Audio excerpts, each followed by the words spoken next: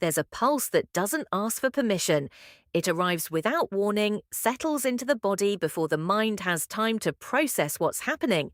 And from that very first moment, it's already saying something.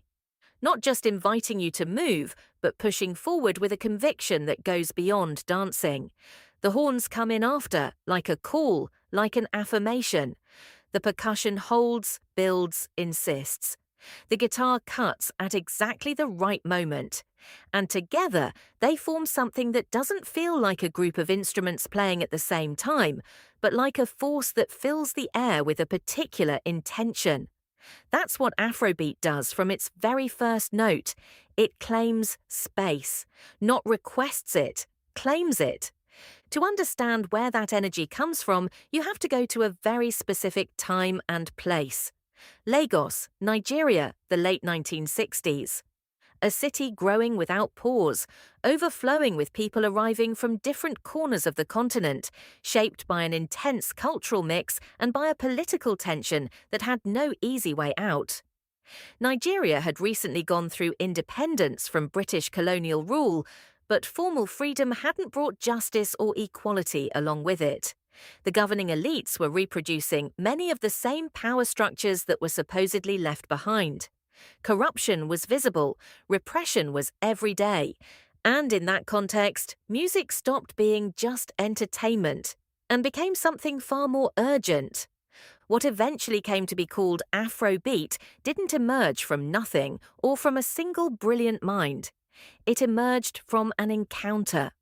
From a city that already had its own deeply rooted musical traditions, particularly highlife, a popular style in West Africa that blended local melodies with European brass instrumentation, and had been the definitive social music in Ghana and Nigeria for decades.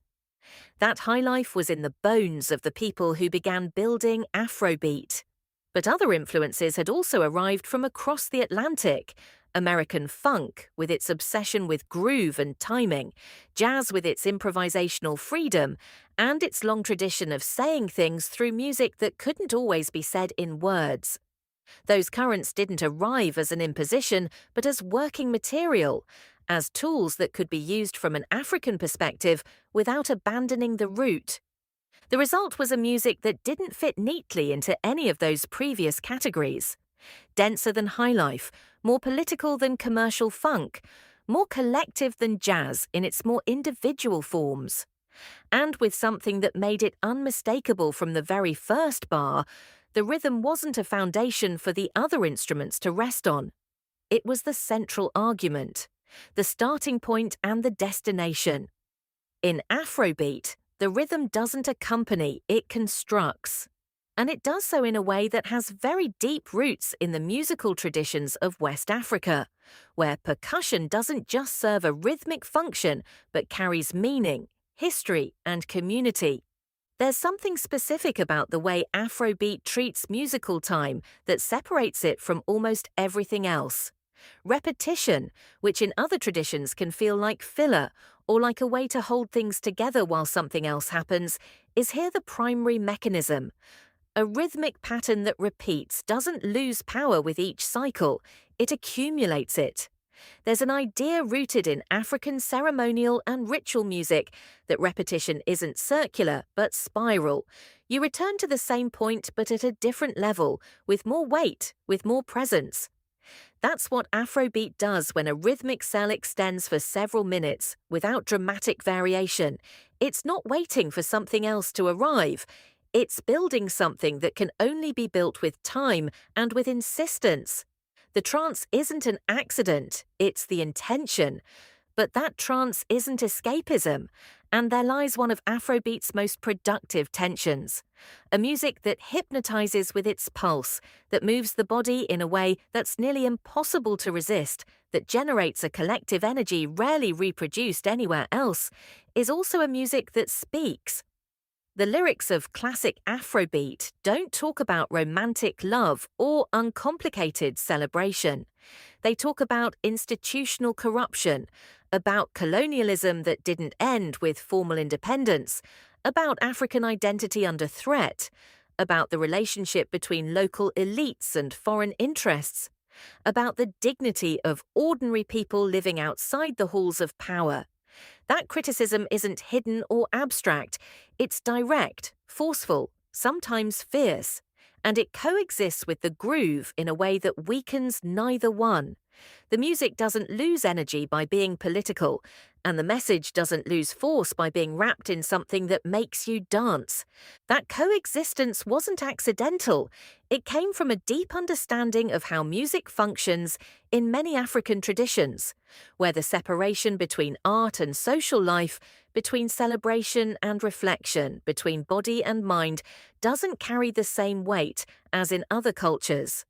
Music wasn't just an aesthetic product, it was part of the social fabric, part of the way the world was processed collectively. Urban Afrobeat picks up that inheritance and carries it into a modern, electric, amplified setting. It takes it and turns it into something that can circulate, that can resonate in the working neighborhoods of Lagos, but also reach much further. The band, in that context, isn't just a group of musicians, it's a social figure, a community in motion. Afrobeat isn't music for a soloist backed by a background. It's music where every instrument fulfills a precise function within a collective structure. The percussion sections interact with each other. The horns work as a single block that breathes together. The guitar and the bass create a rhythmic and harmonic texture that can't easily be pulled apart into separate pieces. All of that requires a level of coordination and mutual listening that turns each performance into something that can only exist in that moment, with those people, with that shared energy. There's something deeply democratic in that structure, even though it also emerged in contexts where the figure of the musical leader was strong and visible. Afrobeat also had to survive, and that word isn't metaphorical. In Nigeria, through decades of military governments, making critical music was literally dangerous. Artists who named what was happening, who pointed directly at what the controlled press couldn't report, paid very real prices.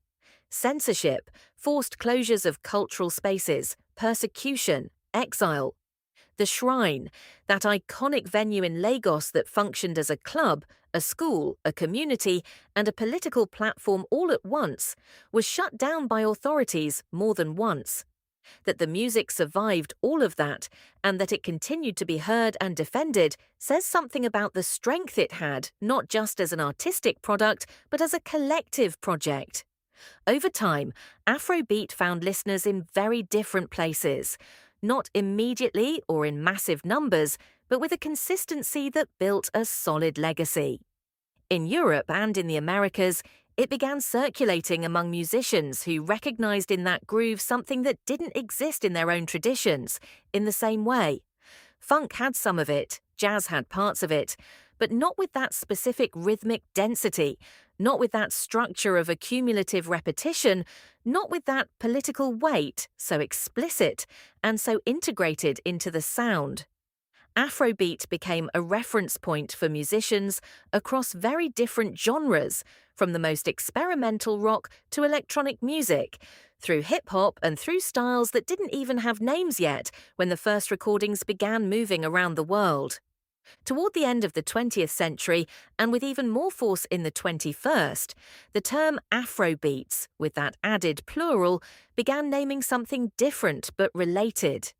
A new generation of African musicians, many with connections to the diaspora in Europe and in the Americas, took the pulse of the original Afrobeat, crossed it with contemporary sounds, made it shorter and more accessible without losing its identity. Artists from Nigeria, Ghana, Senegal, and many other points across the continent began placing African music on global popularity charts, not as an exotic curiosity, but as a serious proposition, with world-class production and an impact that could no longer be ignored. That new scene has direct debts to what was built in Lagos in the 1970s, even though it's also a different animal, more hybrid, more connected to the immediate present. But beyond genres and labels, what Afrobeat installed in the history of music has to do with something deeper than any recognizable style.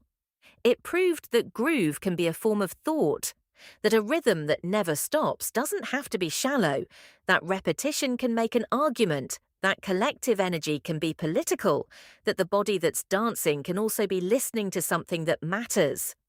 Afrobeat didn't separate those things. It fused them in a way that turned out to be as natural as it was powerful. And that fusion is its most lasting legacy, far more than any specific recording or any particular moment in its history. Today, Afrobeat is still beating, in the rhythms of artists who never set foot in Lagos but learn to listen carefully to what comes from there.